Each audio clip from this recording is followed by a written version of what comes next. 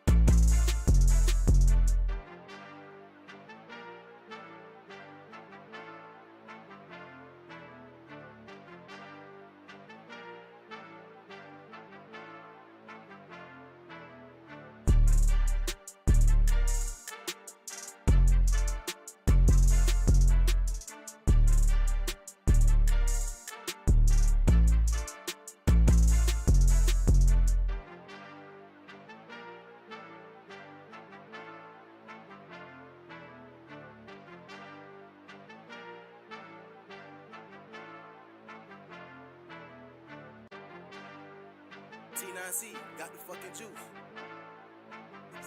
Silver's the new gold. Press this shit, son.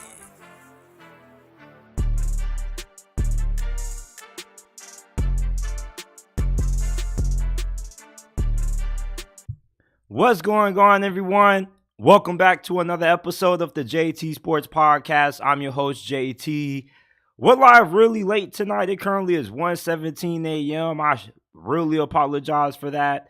I'm going to try to start going live a little bit more earlier, but I'm a late night kind of guy. You guys kind of already know this, but I'll try to start the live streams up a little bit earlier, around like 11, 12 o'clock, because we do go live after the Monday night and Thursday night game. So sometimes our live stream schedule can get a little bit hectic and thrown off at times. But we got a really good episode tonight. We had a couple of upsets that took place tonight. You had the Giants, led by Tommy DeVito, taking down the Green Bay Packers. The Dolphins collapsed the final 2 minutes against the Tennessee Titans.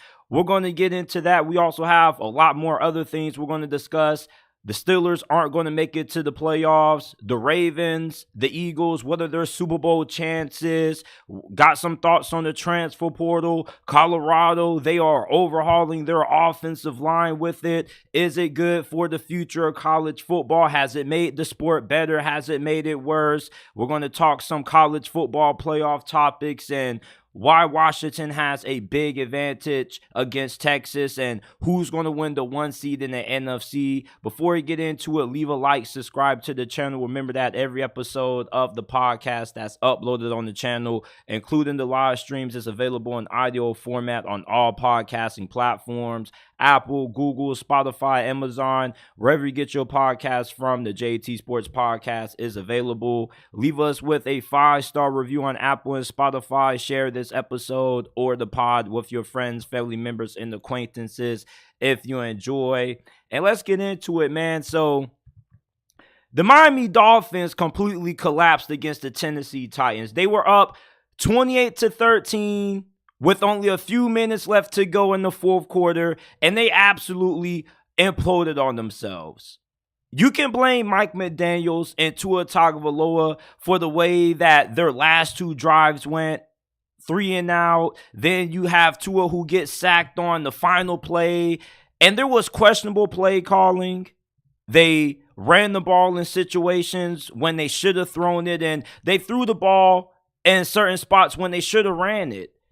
The fact that Miami lost this game doesn't really surprise me because I was already a little bit on edge about them being a double-digit favorite against a Mike Vrabel coach team. And if you keep up with Tennessee and you've watched this team play under Mike Vrabel the last couple of years, you would know that this is a team that you can never count out. They're a scrappy football team. They're going to fight. They're going to claw their ways to wins. And they're a team that you can never count out. You can never overlook. Like, the Dolphins lost this game despite the fact that Tennessee gave them the rock 2 times. You had the muff punt. Then you had the fumble when Will Levis was trying to pitch the ball to Derrick Henry. And you would have thought at this point the Dolphins had this game in the bag. But that just goes to show you the kind of team that Tennessee is under Mike Vrabel. They're gritty. They're scrappy. And I don't think that nobody else in this game embodied the personality of Mike Vrabel better than their young quarterback in Will Levis. He had another game. We haven't seen him have a performance like this since his debut against Atlanta when he threw 4 touchdowns against them. He came out and he gave us another reason why we should have more confidence as this guy being the franchise quarterback of the Titans for the foreseeable future. This dude was poised. He was really calm with pressure in his face. He made some really accurate throws downfield. He had a big throw to number 15. He made a couple of big throws to DeAndre Hopkins. And how about the people who thought that DeAndre Hopkins was washed up? Tonight, he definitely showed that he still has a lot of juice left in the tank. And he is on the regressing side of the football career that people label once you hit 30, that's when you start to hit the stage of regression. But Hall of Fame level players like D-Hop regress at a slower rate than the average player. DeAndre Hopkins still has 2 good years of higher level football. We saw a play in this game when he pretty much mossed 2-3 defenders in Miami secondary. And late in this game, he had a big run after catch. Like, DeAndre Hopkins was fucking unstoppable in this game. And when you look back at Will Levis, this is one of those games that, if you're a Titans fan, gives you a lot of confidence in him moving forward as him being the future at QB, something that you kind of have had the issue with the last couple of years.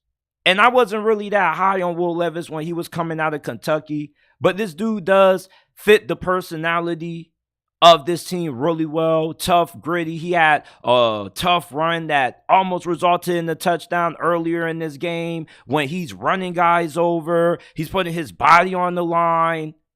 This is a rough rider. And this dude has the locker room rallying behind him. He was going on the sideline. He was getting amped up. He was fist pumping guys. Guys were getting amped up for him because of his performance. And they were down 28-13. And when it seemed like everything was going wrong and this game was over, that's when this team locked in and they just completely outperformed the Miami Dolphins. This was a game that Miami had to win.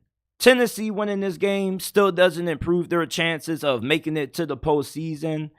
It doesn't really matter about the draft positioning because Mike Vrabel doesn't give a damn about tanking or draft picks. He wants to win. But at 5-8, the Titans don't really have a great shot at making it to the postseason, even if they do finish out, only because the AFC is so tough that you can be a 10-win team and still not make it into the playoffs. Miami, this was a really big loss for them because now you're 1 game back of Baltimore for the 1 seed. And then you look at the next month of football for you, the New York Jets, with the way they played against Houston, they are going to be a tough outing. The Dallas Cowboys, you got the Ravens, you got the Bills as your last 3 games of the season.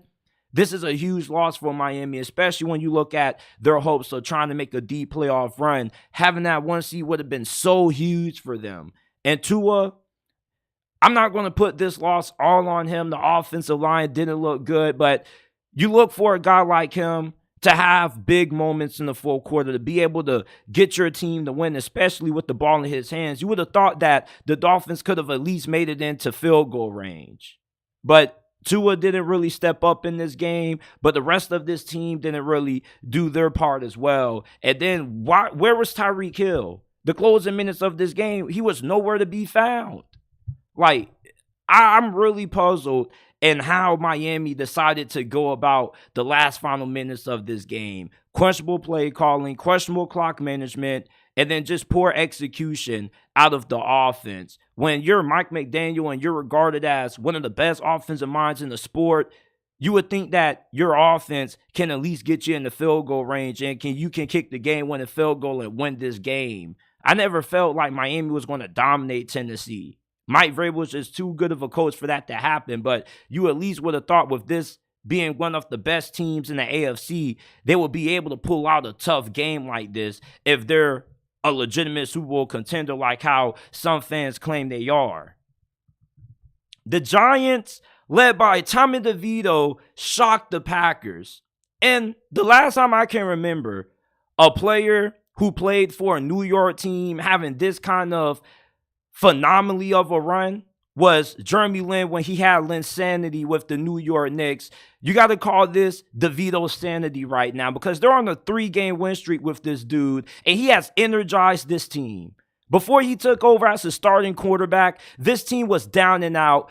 This fan base was pretty much looking forward to tanking for Caleb Williams. And all of a sudden, Tommy DeVito, ever since that performance against the Las Vegas Raiders and the Dallas Cowboys, he's played some incredible football, and he's led the Giants to now their 3rd straight win. And their playoff chances are not over yet. They still, if they can win out, maybe they could compete for the 7th seed. The team that gets in that 7 in the NFC possibly could do it with maybe 8-9 wins, depending on how things go. Tommy DeVito, to me right now, he looks better than Daniel Jones. And that may be a hot take, but at least with how he's played this season, with a shit offensive line and a not-so-great team around him, he took a situation that Daniel Jones was terrible in, and he's taken this situation and made lemons into lemonade with it. I don't want to hear any excuses about Daniel Jones' poor performance this season when Tommy DeVito has outperformed him as an undrafted rookie free agent. I thought this dude was a bum after he stunk it up against the Las Vegas Raiders, right? And when you think about the Giants, you think about a team that they're pretty much playing for nothing. Because you would think that their season is over. So why the hell are they out here playing their hearts out against the Green Bay Packers? Well, just because you think they were counted out and they were out for the count doesn't mean that these players aren't going to come in and try to fight hard and try to win. You see, when everybody was thinking that the Giants were tanking for Caleb Williams, you got a guy like Tommy DeVito who comes in, energizes the team, and then the team starts to rally behind him. Do you not see the way that these players react to Tommy DeVito on the sideline?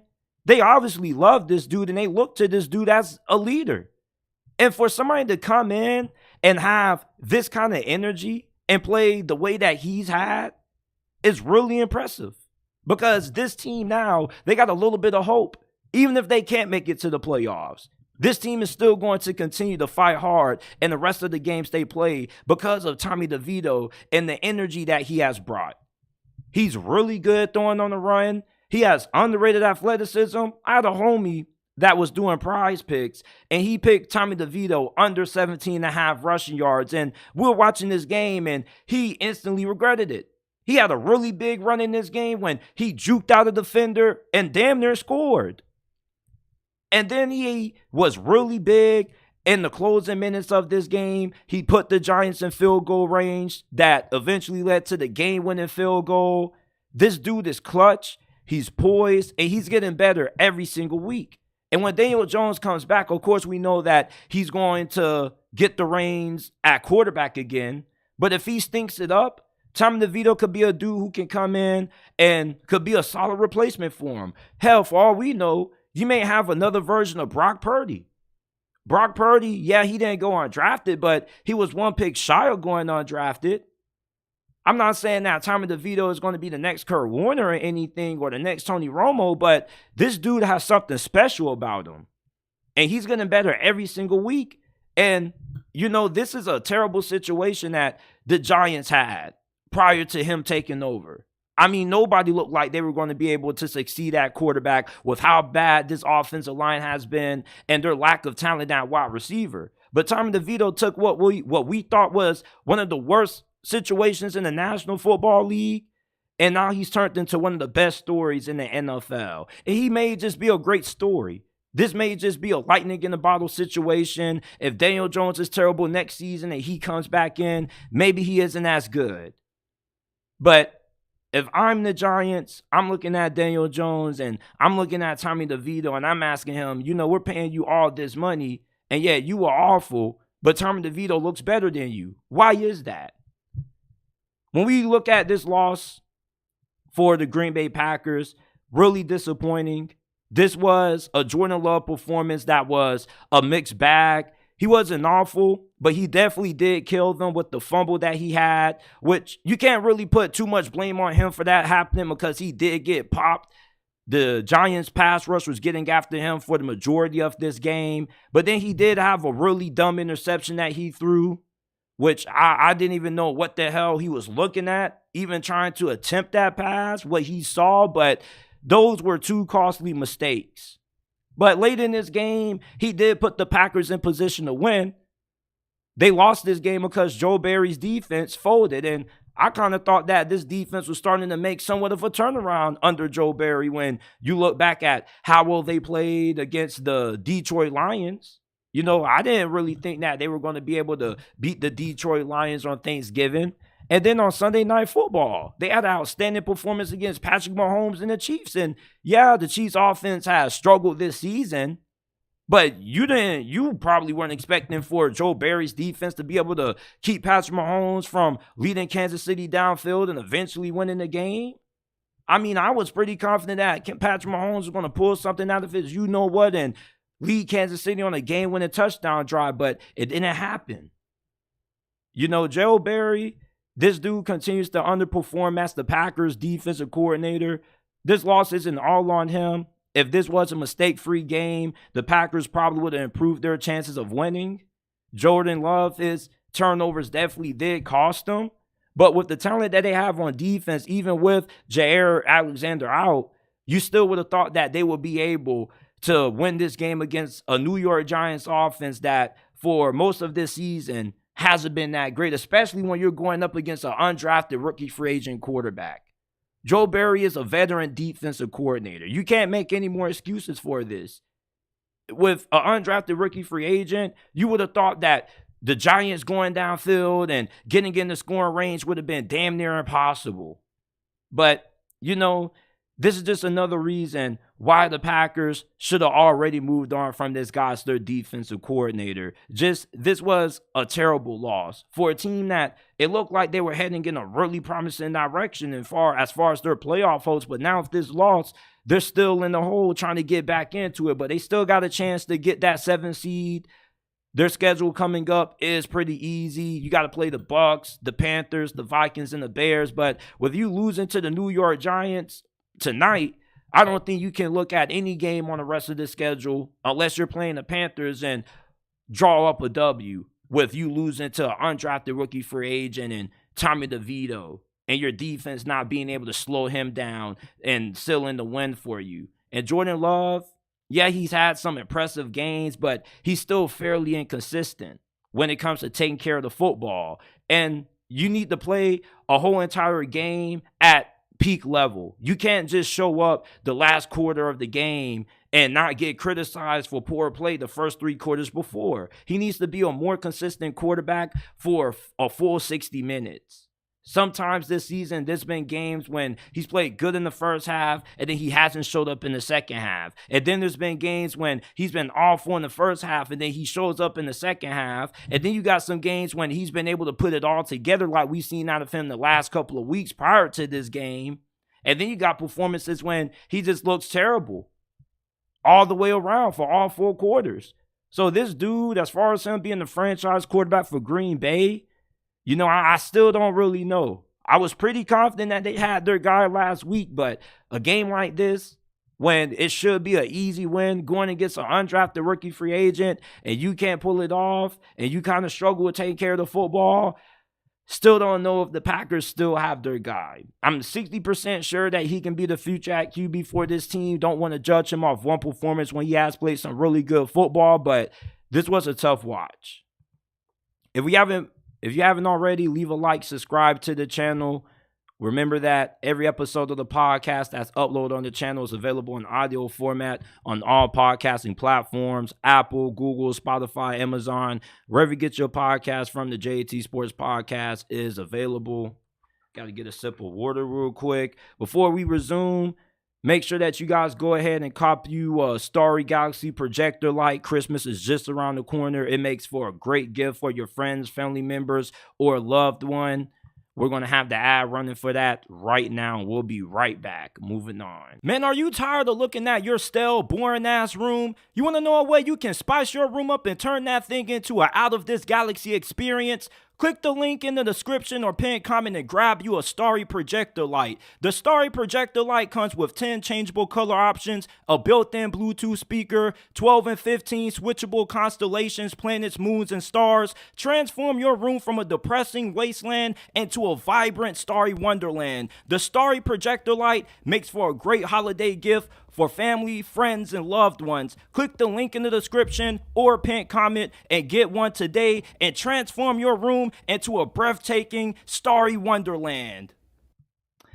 You know, as a diehard Steelers fan, I've had enough of this team for this season. You know, Mike Tomlin, one thing that he always preaches is the standard is the standard, and complacency and mediocrity are never tolerated. But yet, it's ironic how he says complacency and mediocrity are something that he has zero tolerance for, but yet the Steelers are still rocking with Mitchell Trubisky as the starting quarterback this week against Indianapolis.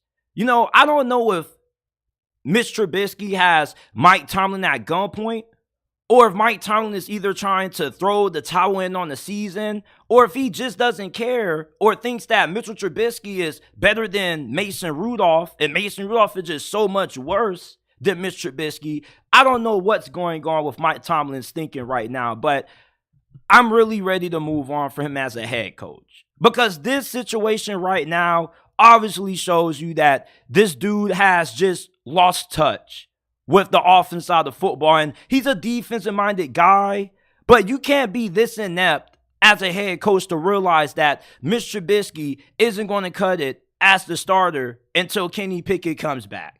Mason Rudolph, yeah, this dude isn't good neither, but he deserves an opportunity with how bad Mitch Trubisky is. This dude constantly overlooks wide open wide receivers, and even when the wide receiver is open, he overthrows them the majority of the times. He can't read defenses. He's clumsy, doesn't take care of the football. When you have a team that wins on special teams and defense, ball security is your main priority.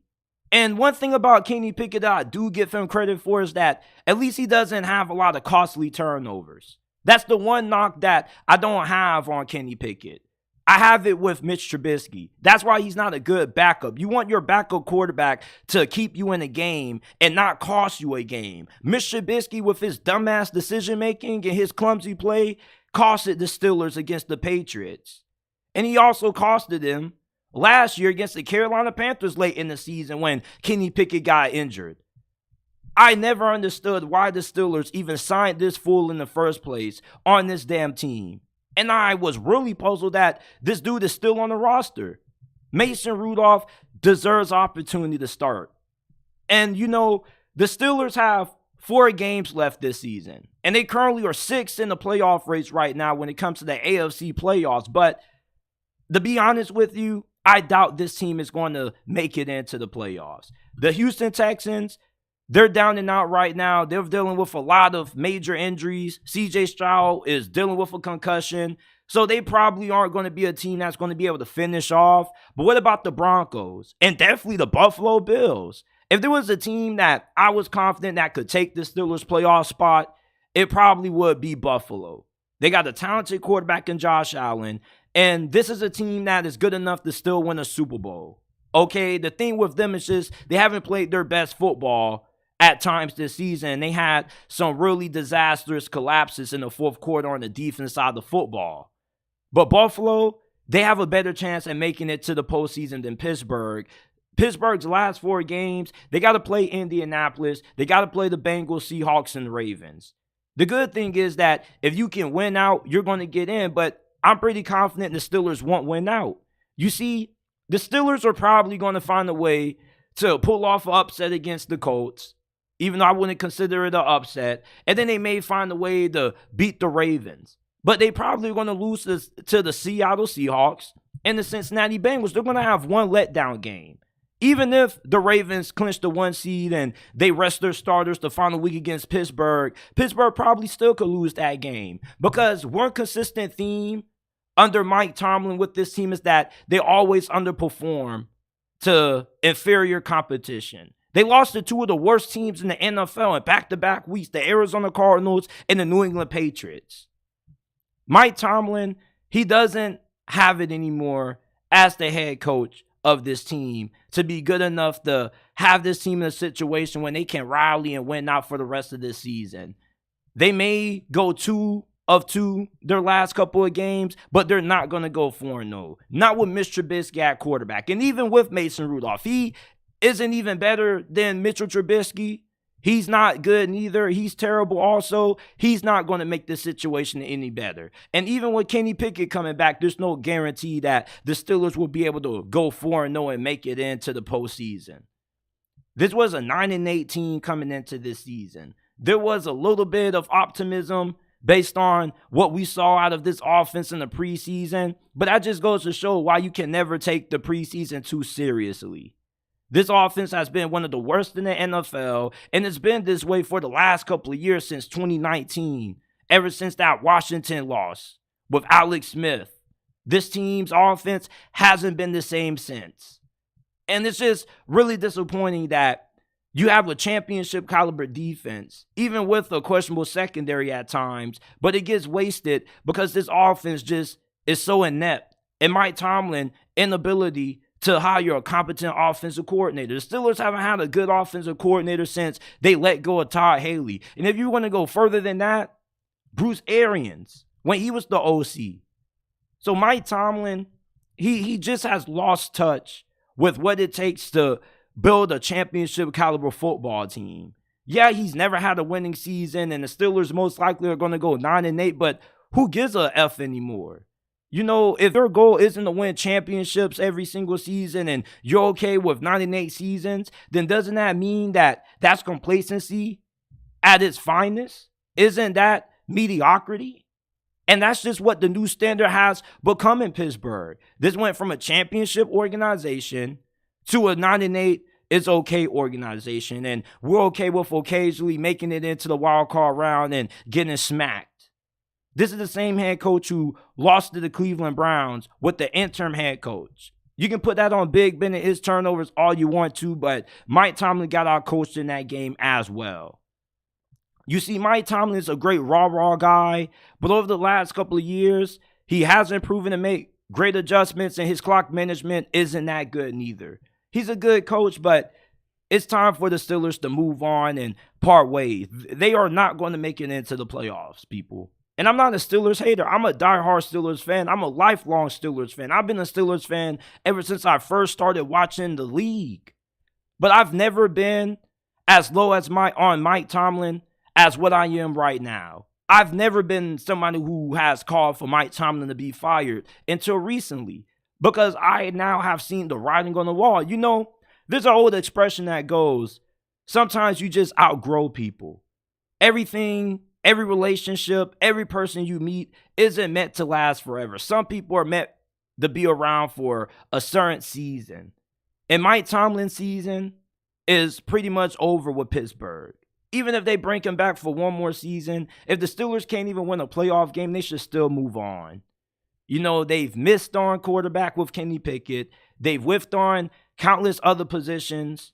You know, the offensive line has improved, but Mason Cole isn't great. They haven't made a lot of big-time acquisitions in free agency. I mean, this team, outside of drafting great pass rushers and okay players in the secondary, they're not really great at drafting anything else when it comes to receiver, edge rusher, and maybe a defensive back or two. That's about it. Running back Najee Harris isn't as good as what you expect him to be coming from a first-round pick. And I mean, Jalen Warren has outplayed him. And this dude was undrafted. I watched him a lot coming out of Oklahoma State. And then you look at the offensive line, like, there's a couple of okay players there, but Mason Cole, who they signed in free agency not too long ago, he needs to be benched, and he still hasn't been benched. And the receivers are fine, but what's the point of having great receivers if you can't get them the ball? I can't blame George Pickens for being upset. I'm frustrated too. Every time I see that offense on the field and it goes 3-and-out, I get upset and I get frustrated. I'm pretty sure all Steelers fans have been having similar reactions to the Steelers' offensive performance, just as George Pickens has. But this is not going to be a playoff team this year. The Bengals have a better shot at making it into the playoffs than the Steelers. And Jake Browning, he looks better than Kenny Pickett and Mitch Trubisky. It's crazy how the Bengals' backup quarterback is better than the Steelers' starting quarterback. And you can't say he has a better situation. I mean, Kenny Pickett has weapons, Mitch Trubisky has weapons, and they still aren't good. Kenny Pickett has played better, but not good enough. Not good enough to lead the Steelers to anything more than a first-round exit if they even make it to the playoffs. The Broncos have a better shot at winning out than the Steelers, especially the Bills. This isn't going to be a playoff team. Mike Tomlin, he's lost a little bit of his flavor as a head coach. He may not be a bad coach. He still is a top 5, top 10 coach. I wouldn't consider him top 5 based on what we've seen the past 2 weeks. But he's still a really good coach. It's time to move on. And he's a large reason why the Steelers aren't going to get into the playoffs. This is the best opportunity that the Ravens and Lamar Jackson have to win the Super Bowl. There are no more excuses for Lamar Jackson not being able to win it all this year in Baltimore. Look, the AFC is a cakewalk for the Ravens at this point. The Dolphins just lost Monday night to the Tennessee Titans. You are one game ahead of everybody for the first seed. Kansas City, they're down and out right now. Their offense, it stinks. And there's nobody else in the AFC that has as good as a roster as what the Baltimore Ravens have. This is the most complete team in this conference. You got plenty of weapons at wide receiver, and that's been the biggest excuse that we've had for Lamar Jackson not being able to get it done. He's never had the same level of talent at wide receiver that guys like Patrick Mahomes and Joe Burrow have had. He has that now in Zay Flowers, OBJ, who started to come on late.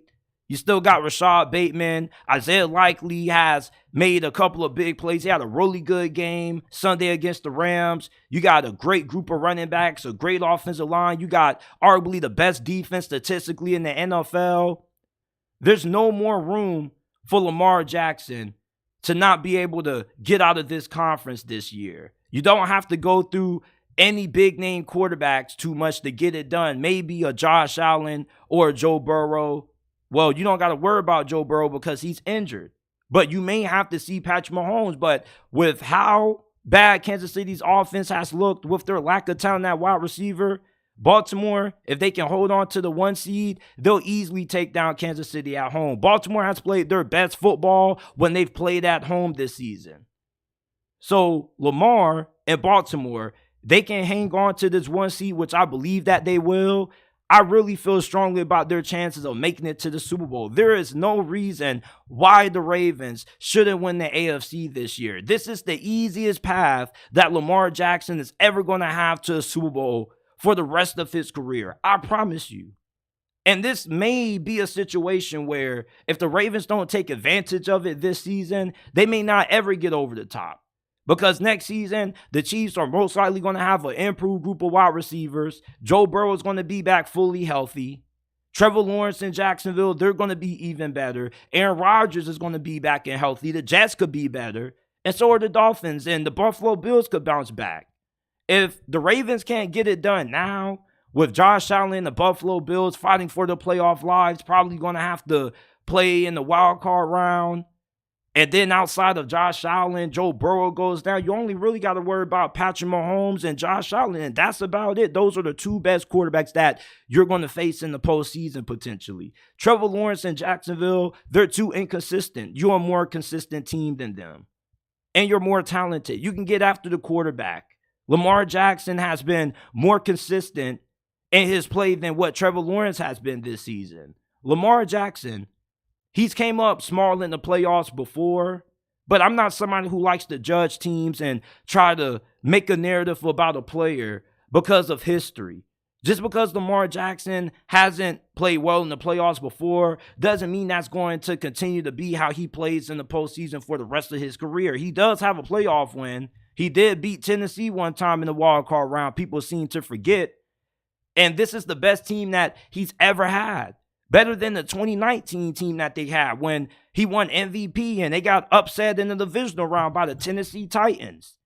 There's no more excuses for the Ravens and Lamar Jackson to not be able to win it all. This is the best team without any argument, any debate in the AFC right now. The Dolphins have yet to be the good team this year. The Ravens have. The Ravens have been dominant at home this season. Lamar Jackson, when he's on, he's arguably been the second or third best quarterback in the NFL, up there with Mahomes and Josh Allen. And he also takes better care of the football than Josh Allen. And with Todd Monken, that offensive coordinator, he has taken this offense to a level that the Ravens haven't seen in a very long time. There is absolutely no more excuses for Lamar Jackson if the Ravens aren't hoisting the Lombardi Trophy. If they can't even win the AFC this year, you may lose to San Francisco or Dallas or maybe Philadelphia in the Super Bowl. That's okay. But there's no reason why you shouldn't win this conference. I remember a couple of years ago when Lamar Jackson got drafted. You know what he told Deion Sanders?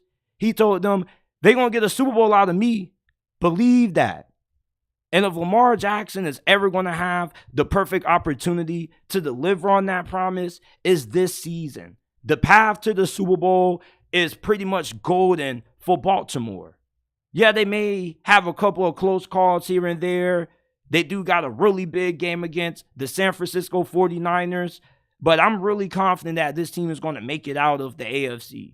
And before this season, I told you guys that the AFC was going to come down to either the Baltimore Ravens or the Cincinnati Bengals. Joe Burrow isn't coming back this season. And Jake Browning, he's looked okay. They may get into the playoffs with him, but he's not going to take them further than the wild card round. I was either going with the Ravens or the Bengals to win the AFC. I went Cincinnati, but when Joe Burrow got injured, I instantly changed it to Baltimore.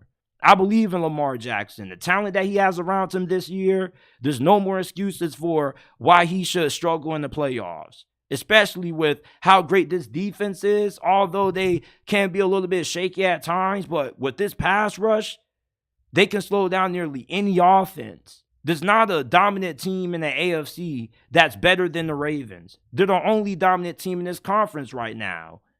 So if Lamar can't get it done this year and the Ravens can't win it all, I don't think they're going to have another opportunity to have an easier path than what they have this season. They need to capitalize off it. You know, Shedeur Sanders has some help on the way, people. Deion Sanders, he's been going heavy in the transfer portal, improving that offensive line, and their offensive line overhaul is going exceptionally well right now. A couple of days ago, they got a big-time commitment from Jordan Seaton out of IMG Academy. He's the number one ranked offensive tackle in the upcoming 2024 recruiting class. And then in the transfer portal, they bring in Amari Ward, 6'1", 310-pound interior offensive lineman who played for Coach Prime at Jackson State. He's probably going to be more of a depth guy. And then they got some really good quality starters out of the portal, such as Khalil Benson, who's a transfer from Indiana. He started the last 17 games for the Hoosiers. He only allowed 1 sack playing right tackle this past season. So this is going to be somebody who can come in and be an instant starter for Colorado at right tackle. Then you're going to have Jordan Seaton at left tackle. You should have your 2 offensive tackle spots drastically improved from the play you got out of those 2 positions last season. Then when you look at what they bring in at guard, you got UTEP transfer Justin Mayers, who only allowed 1 sack this past season for UTEP. This is somebody who is a phenomenal pass blocker. He had a 84 point something pass blocking grade according to Pro Football Focus. He's also really good in the run game. And he also played left guard. He can play right guard. So you got a really versatile offensive lineman that can play any spot on the interior offensive line. You got Yakari Walker, who transferred from UConn. He was the 16th best interior offensive lineman. According to On3, he started in all 12 games for the Huskies this past season. Only gave up 1 sack. You got Houston transfer Tyler Johnson, who is a former 4-star recruit. He's 6'5", 320 pounds. He only allowed 2 sacks over 890 career snaps for Houston. And he played left guard this year. So your offensive guard spots should be drastically improved this season. Your offensive tackle spots should be majorly improved this season. They also going to probably bring in some more transfers on that offensive line as well. So they're probably going to bring in 2 more guys. But pretty much you have starters when it comes to Tyler Johnson and Yakari Walker at your 2 offensive guard spots. Jordan Seaton is probably going to start for you at left tackle. And then you're either going to have Khalil Benson starting at that other right tackle spot for you, or whoever else you bring in. This offensive line is drastically better right now than what it was at the start of this season. This was one of the worst offensive lines in college football. And Deion Sanders, you got to commend him for going out there and addressing the offensive line in such a fashion that he's had with so much urgency. He hasn't wasted any time. He's addressed the offensive line before he's really addressed anything else. The defensive line still needs a lot of work also. But the number one priority for Colorado in 2024, if they want to be able to have more success than what they did in 2023, is making sure that you get Shedeur time to throw the football. I said this last year before the year started, and I still stand by this statement. There's not a single game that Colorado doesn't have a chance to win as long as they can protect Shedeur Sanders. Shedeur Sanders is my pick to win the Heisman next year this early. We've seen how good this team is when he's on the field and he gets protection. And when he's off the field, this is one of the worst teams in the sport. And if they're going to have a shot at winning the Big 12 next year, which they got a good chance of doing depending on what they do in the transfer portal and how their recruiting class pans out, you look at Shedeur Sanders, he's one of the best quarterbacks in college football entering next season. And if you can protect him and this offensive line is even average or slightly above average, there's not a chance that you're going to have that missing out on the bowl game and being able to win the Big 12. The Big 12 is a conference that has a lot of teams in a similar situation like what Colorado are right now. They're rebuilding their rosters. Texas and OU are leaving. The only really consistent teams that you have now are Kansas State, and that's about it. So you look at Colorado addressing the offensive line the way that they've had so far into the offseason is really impressive, and it gives you a lot of reasons to be optimistic about how good this team is going to be in 2024. Now, the transfer portal has gotten a lot of controversy. Let me start that over. The NIL and transfer portal era of college football has caused a lot of debate and controversy amongst college football fans. Some college football fans believe that the transfer portal and NIL have made the sport better because now it has made for a level playing field. Now you don't have the SEC being a sure thing to win it all every single season. We've seen players come from the portal that have elevated their certain teams to a different level that we haven't seen in previous years, such as Joe Burrow at LSU.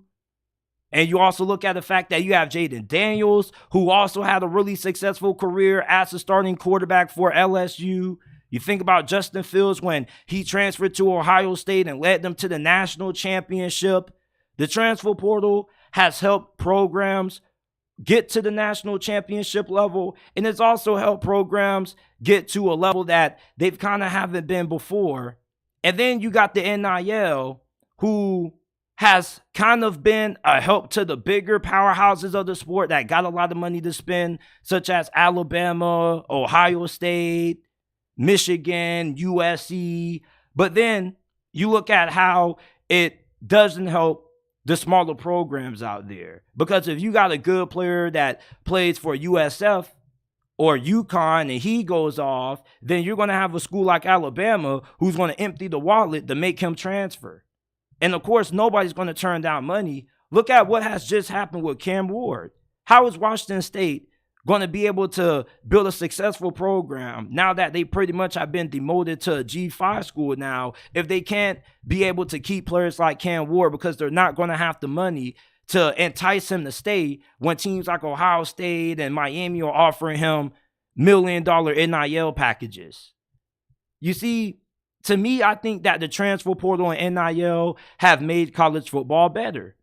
Players can get compensated, and it kind of has widened the gap when it comes to what teams are able to compete for a national championship. Now with the college football playoffs expanding to 12 teams next year, that's going to be an even wider gap.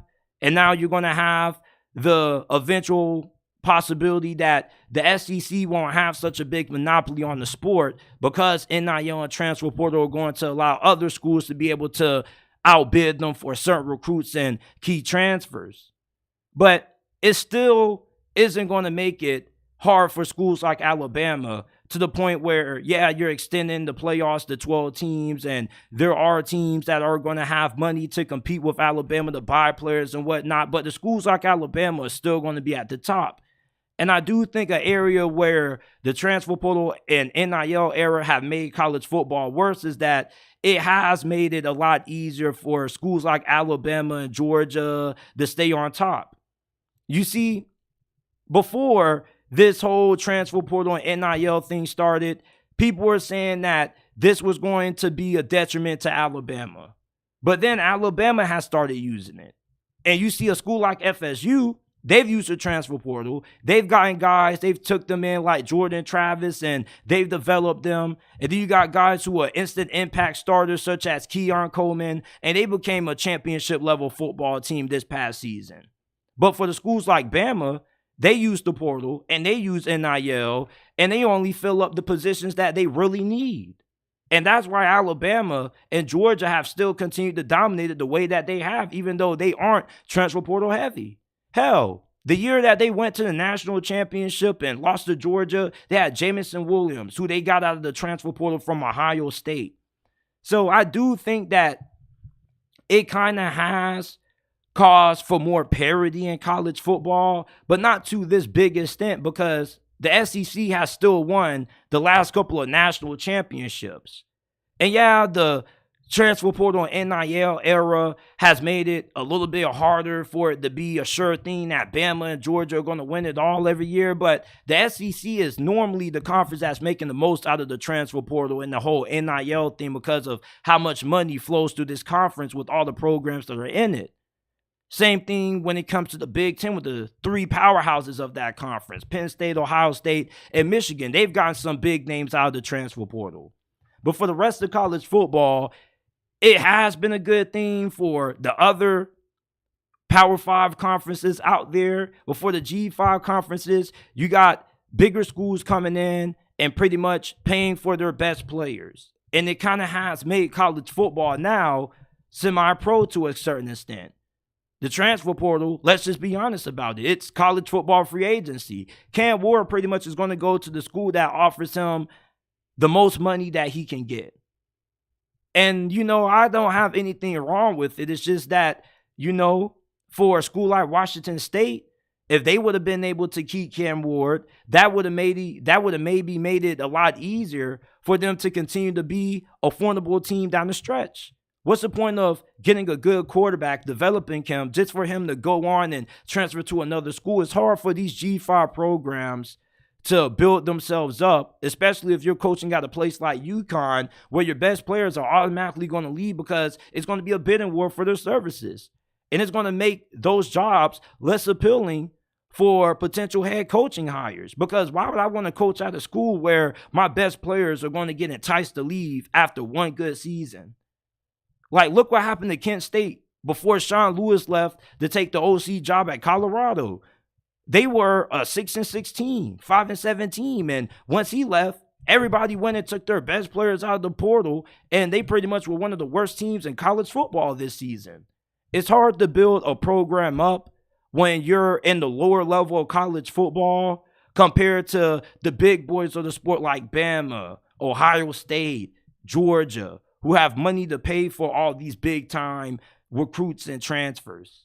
You see, when it comes to recruiting, yeah, it's still a bidding war to a certain extent, but I do think a good aspect of NIL is that, yeah, you may spend a lot of money to get the best players out of high school, but there's no guarantee that those players are going to come in and they're going to be as good as what you think they're going to be. Look at Dante Moore, his first season at UCLA. He was awful. And I don't think Chip Kelly is just a bad offensive coach. He may not be as good as what he once was, but there were other quarterbacks who came in and looked way better than Dante Moore. So the fact that UCLA gave him all that money to come play for them via NIL and it didn't work out, that gives you a reason for why you got to be a little bit cautious with your NIL money if you're these programs. You see, Alabama, Ohio State, and Georgia, yeah, they used the transfer portal and NIL to their advantage, but they don't OD on it. They don't overindulge like how Texas A&M did when he pretty much bought the highest rated recruiting class in 247 sports history. And a lot of those players aren't even on the team anymore. You see, you have to be selective with how you use the portal and how you use NIL. Just because you have advantage to maximize the most out of these things doesn't necessarily mean that it's always going to translate to results on the field. So I feel like, college football, it may not be what it once was anymore. And you probably missed the whole entire college football field because now the majority of guys that you recruit, they don't stay all 4 years. It's hard to keep up with the roster on a year-to-year basis because there's always so much turnover. But in the grand landscape of things, the transfer portal has made college football better, in my opinion. If it wasn't for the portal, we wouldn't have guys like Michael Penix and Bo Nix who balled out with their second schools. Michael Penix leading Washington to the college football playoffs. Bo Nix leading Oregon to some really successful seasons. Hell, even look at Quinn Ewers. He came in via the transfer portal. He transferred from Ohio State to Texas. It sucks if you're a fan of a high-profile player that transfers out, especially if you're a fan of a G5 school. But if you're a fan of Alabama and Ohio State, you lose a guy and you're able to pay for another one. And there were people who thought that this thing was going to make it a lot harder for the big boys to still stay on top, but it really hasn't because now they're taking advantage of it. So I don't really think that the portal has made things worse. I do think that college football has gotten better overall in terms of the level of talent. Florida State mainly was as good as what they were this season because of the guys they got through the transfer portal. When you look at schools like Ohio State and Michigan, they've used the transfer portal not as frequently as other teams have to build their entire roster up. But when they have a need or two, guess what they do? They fill it with a guy in the transfer portal. Same thing with Alabama. When you look at the transfer portal and NIL era of college football, yes, it has made it more of a professional atmosphere in a sense, to a certain extent, but it still has made college football better when it comes to quality of play. Because now schools that didn't really have a shot at making it to the playoffs in the past, now they can actually go out, buy players if they got the money to do so. And now they can go out and buy recruits. So it makes things a lot easier when it comes to creating more parity and more teams who have a shot at being able to win it all when you can just go ahead, buy a team, and use the portal. Hell, and there's even going to be a couple of G5 schools who are going to be able to rise from out of nowhere and kind of be a little bit competitive, not in terms of winning it all, but they could kind of come in and maybe pull an upset in the first round of the 12-team college football playoffs because maybe they got a couple of key transfers as well from the portal. So the portal, to me, has made college football way more competitive. Yeah, there's been some negatives about it, but overall, I think the positive outweighs the negatives. The Philadelphia Eagles are really cold right now. They got blown out by the Dallas Cowboys. They got embarrassed by the 49ers the week before. This team, though, is still good enough to win it all, and they still can win it all. Like, look, yeah, they looked unimpressive the last couple of weeks. They definitely haven't played their best football, but let's not forget, they still got wins over the Miami Dolphins, the Kansas City Chiefs, and the Buffalo Bills. And you can say, well, the Chiefs and Bills aren't as good as what we thought they were. Okay, that's agreeable. But let's not forget they also beat Dallas the first time they played. Now, they didn't dominate Dallas like how Dallas just dominated them. But this is still one of the most talented teams in the NFL. And they're a 3-loss team. And people are making it seem like the fall is falling. Or the sky is falling, excuse me. They making it seem like the Eagles are one of the worst teams in the NFL. Like, look, Jalen Hurts is a great player when it comes to overcoming adversity. His level of play has definitely dropped off this season. Nobody's denying that. He still has played really good football in the fourth quarter when it matters the most. And that's what you expect out of a franchise quarterback. I feel that Jalen Hurts' injury problems that he's been dealing with this season has been a large reason for why his play has went off the rails a little bit. But you look at the Eagles' last 4 games, you got the Seahawks on the road, the New York Giants, the Cardinals, and then the Giants again. Those are games that should be easily winnable. You should be able to still have opportunity to get that 1 seed, get that first round bye, get Jalen Hurts healed up, and hopefully you can have him at 80-90% come the divisional round. But even if you can't hold on or find a way to win the 1 seed, Jalen Hurts in these next 4 games, he should be able to gain more confidence, and his offense should be able to get back into rhythm. Like this offensive coordinator that they have that Eagles fans want fired, like, he isn't great, but I still think that there's some growing pains that have to be worked out. And you can't put it all on the play caller when Jalen Hurts simply hasn't been as good as what he was last season. At the end of the day, when you got a great quarterback, he makes anybody calling the plays look good. This defense, the secondary, James Bradbury and Darius Slay, they just look old and washed at times. They're not terrible, but they definitely aren't playing at the high level that they were last year. And not just them, but the whole entire Eagles secondary hasn't played good this season. The strength of Philadelphia has been their defensive line. We know that they've dealt with injuries when it comes to linebacker. They just signed Shaq Leonard, so we're going to see how he's going to be able to come in and improve that defense. But losing 2 of your top coordinators to head coaching jobs, you definitely knew that it was going to be a little bit of a concern how the replacements were going to do. But there's been moments when this defense has looked really good and they've made big plays and they've been able to come out on top and get some big-time stops, like against Kansas City. There's been moments when this offense has been able to play at a high level, whether it be in the fourth quarter of games, despite not playing good the first 3, it doesn't matter. This offense has still looked really productive at certain moments. And it's not about how you start, it's about how you finish. Right now, the Eagles are starting to finish off really sloppy. This is a team that's really tough, and they're really good at battling through adversity, and they're going to figure this thing out.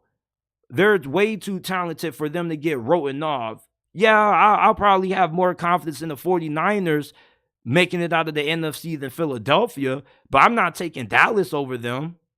We know that Dallas is a good regular season team. We know that the Cowboys are always insanely talented, and they're good enough to win it off nearly every season. But I'm not going to trust them in the playoffs compared to Jalen Hurts in Philadelphia. I don't care if they lost to them in the regular season once. Philadelphia beat them once. We seem to forget that. And Dallas didn't perform in that game in the late moments of that matchup. Dallas is a team that I question how good they are in close games. And in a close game against Philadelphia in the playoffs, I trust Philadelphia.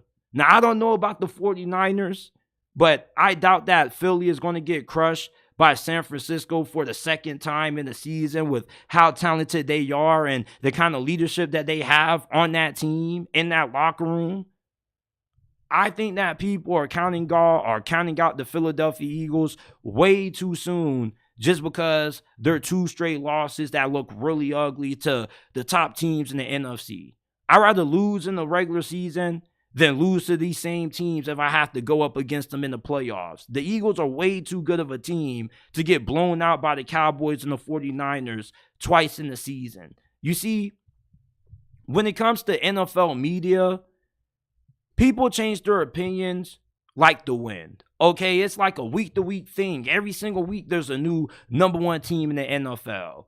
But I've stayed firm on my take that the Eagles and the Ravens are going to be the 2 teams that we see in the Super Bowl. The Ravens had a stretch where they weren't playing their best football. The Eagles have kind of had a season when they looked a lot similar to how Minnesota did last year, winning a lot of games closely, having to come from behind a lot of times. But you can't deny the talent that's on this team. And I would love to see them face the Cowboys and the 49ers again in the playoffs because I feel those games will go much differently. When you have a team this talented, it's hard to see them getting blown out the way that they did twice. And I can see this team getting revenge on both San Francisco and Dallas if they see them again in the playoffs, because I believe that they're going to have a month of football where they're not playing against great teams anymore, and they're going to be able to figure things out. Philadelphia had a gauntlet of a schedule. They had to go against the Dolphins, the Bills, the Chiefs. It was a tough stretch. And despite the fact that they've lost 2 straight, this is still one of the best teams in the league, and they just had a tough schedule this year. We knew that things were going to be a little bit difficult for Philadelphia this year. It wasn't going to be smooth sailing. Just like Dallas has a really tough schedule. But Philadelphia has beaten numerous good teams this season. And them losing to 2 other good teams this year doesn't change how I feel about them being able to make it to the Super Bowl. They still have a really talented roster. Nick Saban is still a really good head coach. And they got a really good pass rush. And the fact that Dallas normally folds in the playoffs under Mike McCarthy consistently, I still would take them over Dallas if they rematch in the postseason. And I still think that they could pull off a win against the 49ers if they see them again.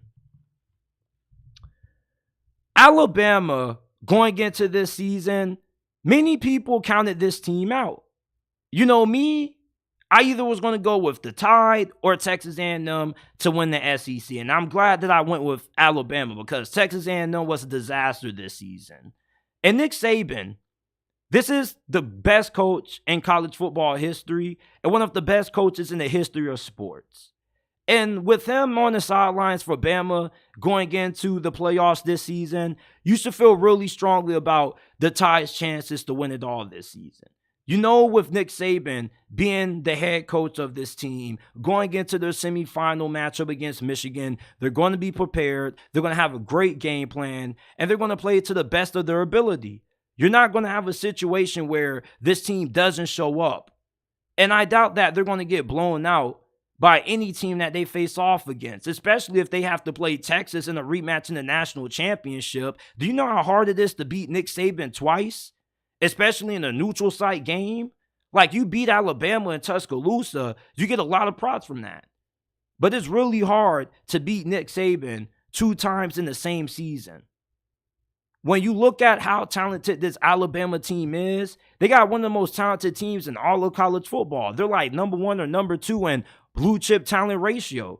They got more 5 and 4 stars than pretty much anybody else in college football outside of Georgia and Ohio State. Nick Saban is going to have this team prepared. Now, when you look at Jalen Milroe, he's a big reason why Alabama's offense is going to be really tough to stop, because you look at his dynamic dual threat ability. The fact that he throws a really nice deep ball, he's really fantastic with the ball in his hands.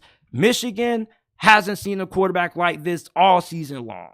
In Washington, you don't know if they're really going to be able to have the personnel to match up with the kind of athleticism that Jalen Milroe has as well. Texas, they had a really good game plan against Jalen Milroe when they beat them early in the season.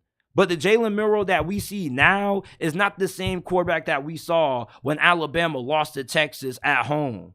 He's gotten better every single week since that game happened. And Jalen Milroe, he may not be the most consistent passer, but he's good enough to get the job done. And when you couple that with the fact that you have to account for his running ability, which is out of this world, it opens up passing lanes because you're going to have to leave guys in as spies, which takes additional guys that you could have in coverage.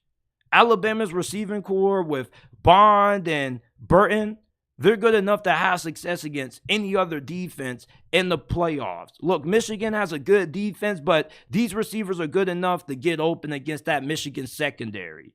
Okay, Texas secondary is the worst out of all the teams in the playoffs this year. Their secondary is the weakest link of their defense. Washington, their defense has played really well, but you do like the matchup between Alabama and with how physical they are up front compared to Washington. You look at Alabama's defense, though, right? This is the biggest reason why they can win it all this year. No team in college football has as talented as a defense as what Alabama has. I believe that this is the best defense in college football. Their defensive line is outstanding. They have multiple guys who can get after the quarterback. We already know about Dallas Turner and Chris Braswell, who lead the team in sacks. But they got other defensive linemen who can get pressure on the quarterback. There are multiple guys who have silver sacks on this pass rush. And you look at how good this defense also is against the run. Going up against a team like Michigan that is run heavy, if you can slow down their run game and force them to become a pass-heavy team against this secondary, you feel really good about your chances to pull off that win. Michigan is not a team that's built to win throwing the football religiously. Like, they only have to throw the football 8 times to beat Penn State. And they played a pretty complimentary game against Ohio State. But like we saw last year when they were in the semifinals and they lost to TCU, when you can make them a one-dimensional offense and you put the weight of the game on J.J. McCarthy's shoulders, he's not that good enough to get it done. As a matter of fact, I think that J.J. McCarthy is massively overrated, and this Alabama defense is going to expose that. He holds on to the ball too long. He doesn't throw with anticipation. Alabama's defense, their secondary may give up a couple of big plays here and there due to miscommunication, but this is one of the most talented secondaries in all of college football. You got Kool-Aid McKinstry, who's going to be a first-round pick in next year's draft. You got Terrion Arnold, who has 5 interceptions, 11 pass breakups. There's so much talent and depth in this Alabama secondary, and with how good they are on the front 7, this is going to be a really tough outing for not just Michigan, but potentially any other team that they could face off in the postseason. You see, Nick Saban coming into this year, the reason why people were low on him was because you had questions about quarterback and this coaching staff. But the biggest questions that we had about Alabama, what people thought were going to be weaknesses for this team, have now turned into strength. Kevin Steele, Tommy Rees have been fantastic coordinators for Nick Saban this year. Tommy Rees has been really good as the offensive coordinator for Alabama. And this defensive coordinator, Kevin Steele, this defense has been the best that it's been in the last couple of years under Nick Saban. And it's going to be hard to score more than at least 20 points on Alabama's defense. With the fact that they're good against the run, they got a good secondary, and they got a great pass rush, this is the most complete defense in the playoffs this year to me. Michigan's defense, they're good as well, but I do think that Alabama has a slight edge over them on the defense side of the football. You see, with how good Jalen Milroe has been the last couple of weeks, ever since he got benched against USF, he has been a completely different quarterback. And I don't think there's a big gap between him and J.J. McCarthy. I think they're on a level playing field. They both have their strengths and weaknesses. Jalen Milroe, the same thing that you said about J.J. McCarthy, asking him to win the game with his arm. You probably have that same concern with Jalen Milroe because he hasn't really been asked to throw the football no more than 20-plus times in the game. But with his athleticism and how much of a home threat he is anytime he decides to run with the football, I like Jalen Milroe in that matchup against J.J. McCarthy. He just has a different way that he can attack that Michigan defense that they haven't seen all season. And trying to game plan for this kind of athleticism is really difficult to stop. especially when you play the way that he did against Georgia in the SEC championship game when he was extending plays, buying time for guys to get open, making big throws with the pocket collapsing, getting outside and keeping the drive alive on third down. It's really frustrating as a defensive coordinator when you got to worry about a quarterback like Jalen Milroe. Because anytime things go wrong, he can still turn something in. He can turn nothing into something. So I'm looking at Alabama, and this team has a very great chance at being able to win the 2024 national championship. Like Washington, they're probably going to be my pick to win it all, but I don't know because I still like Alabama a lot. And I'm never going to count out a Nick Saban coach team. He has only lost one semifinal game in the history of the college football playoffs, and that was to Cardell Jones, Urban Meyer, and Ohio State in 2014. That's it. So you know that this Alabama team is going to be well prepared, and there's a reason why Michigan had that worried expression on their looks when they found out that they was going to be playing Alabama and not FSU. Some people say that Michigan was surprised, and okay, but there's a reason why they were surprised and had some shocked looks on their faces. Like when you know that you're playing against Alabama and you got to go up against Nick Saban, you know that it's going to be tough, and I'm pretty sure they would have been really confident about their chances of beating FSU. They definitely didn't want to see Alabama, and I don't think anybody wants to see Alabama. You see, Alabama is one of those teams that they don't really beat themselves. With how great this defense has played and the fact that they're complete on all levels, you know, it's going to be a big reason why they possibly could win it all this year. And Jalen Milroe and this offense, yeah, they may not impress you, but they're good enough to get it done also with his dual threat ability, his game-changing rushing ability, and the fact that they got a solid offensive line that struggled the first half of the season, but they definitely played well over the last couple of weeks. Some of the sacks that Jalen Milroe has taken has been because he's tried to do a little bit too much. But Alabama, they got everything that they need to win it all this year. Like, this is one of the most talented teams. This is the most talented team in the playoffs this year, just based on recruiting rankings and the overall level of talent that they have. So the talent's there. You know, the coaching is there. The execution is going to be there as well. And it's going to be really hard to beat Alabama. Now, the NFC playoff picture is starting to heat up, and the race for the 1 seed is getting really interesting because with the Cowboys blowout win over the Philadelphia Eagles, the 1 seed is up for grabs. Who is going to win it? Is it going to be the Dallas Cowboys, the 49ers, or the Philadelphia Eagles going to be able to get control of it? You see, you look at the 49ers, their schedule is not that difficult. You got the Cardinals, and then you got to play the Ravens, which is probably going to be their toughest game. And then your last 2 games after that, you got to play the Commanders, then the Rams. So at worst, the 49ers go 3-1 the last 4 games, and they're 13-4. The Dallas Cowboys, they got the toughest stretch out of any team right now of the 3. You got to play the Buffalo Bills on the road in Buffalo. Dallas, I would take them to win that game, but it's going to be really difficult. Buffalo, they're a tough team to beat at home, especially when you got to deal with that weather. Josh Allen, he's been playing some incredible football. I think he's been playing at an MVP level the last few weeks. It's going to be hard to beat that Bills team on the road. Then you got to play the Miami Dolphins. The Miami Dolphins, yeah, they don't play their best football against great teams. But at the same time, you know that if you're the Dallas Cowboys, that's going to be a game that is going to be pretty tough as well because although they don't play their best football in big games, they still are good enough to beat you. Okay? Then you got to play the Detroit Lions the week after that. And we know how good the Lions have been this year. And you're playing the Lions at home, but you're playing them in the dome. The Detroit Lions, when they've struggled, it's been cold weather. Jared Goff plays his best football indoors around this time of the year. So that's going to be another difficult game.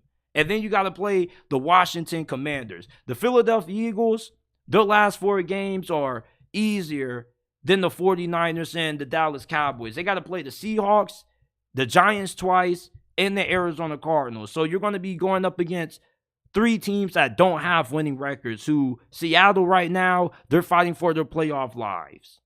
I believe that Philadelphia is still going to be able to get the 1 seed. Like the 49ers, yes, they possibly could go 4-0, but that Baltimore game is going to be incredibly difficult for them. And the Rams, they're a better team now than what they were the last time they played. Even though they're going to have the talent advantage, you're still going to have a Rams team that Sean McVay, I don't think that he's going to lose to the 49ers twice this season based on how we've seen the Rams play, especially with the performance that they had on the road against Baltimore. And Baltimore plays their best football at home.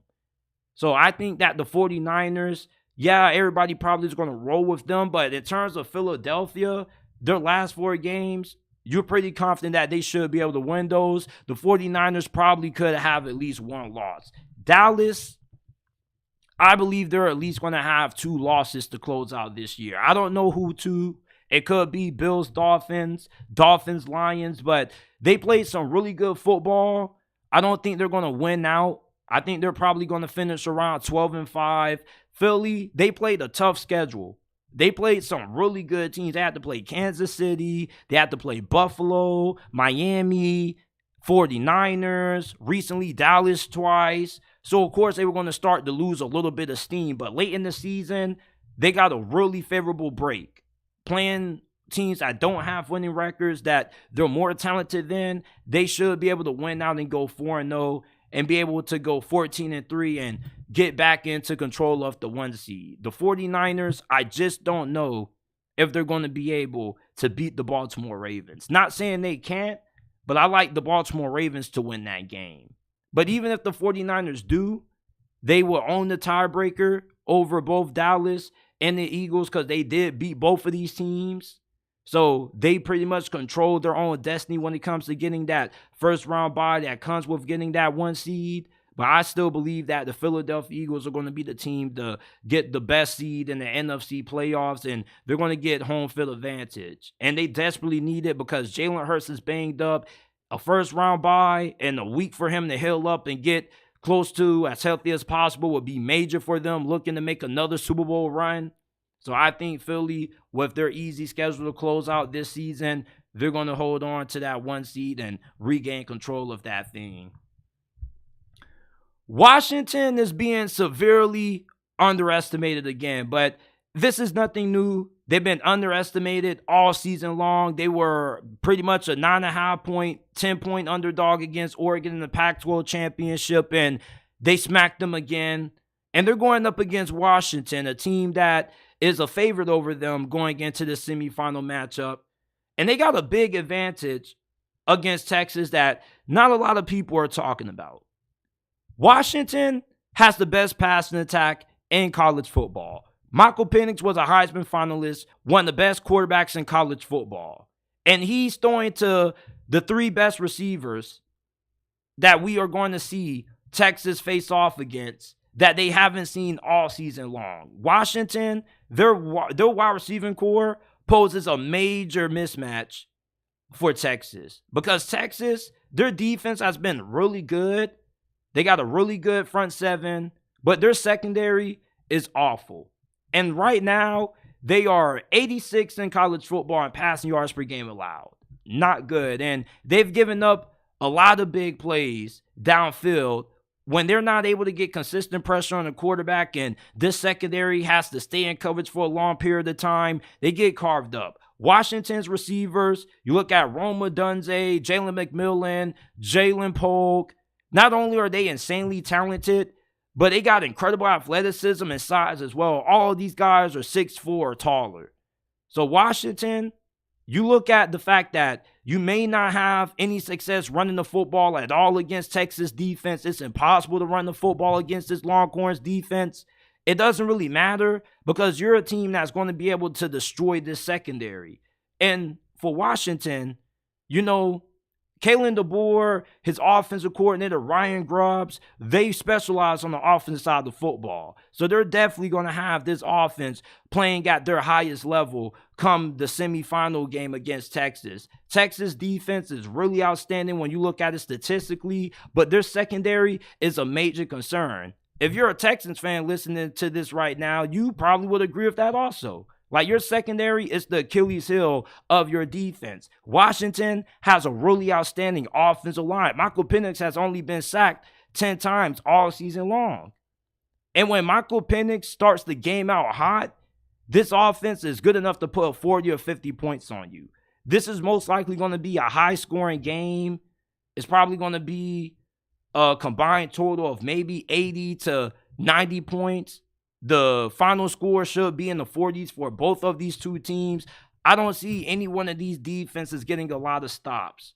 But I do believe that Washington, their offense is being drastically underrated against Texas defense. That, yeah, they're really talented up front, but that secondary is going to get shredded by Michael Penix and these wide receivers. These wide receivers, this is probably the best receiving core in college football this year. Texas haven't seen a wide receiving core this talented all season long, and teams have been able to throw the football on this defense when they've had time to throw, such as Will Howard. He had a pretty good game against this Texas defense.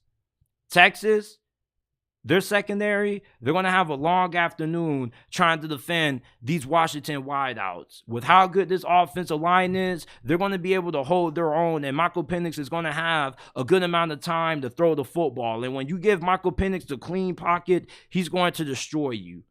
Michael Penix is probably going to have 400 yards passing, maybe 500, 4 or 5 passing touchdowns for, probably completing 67 to 70% of his passes.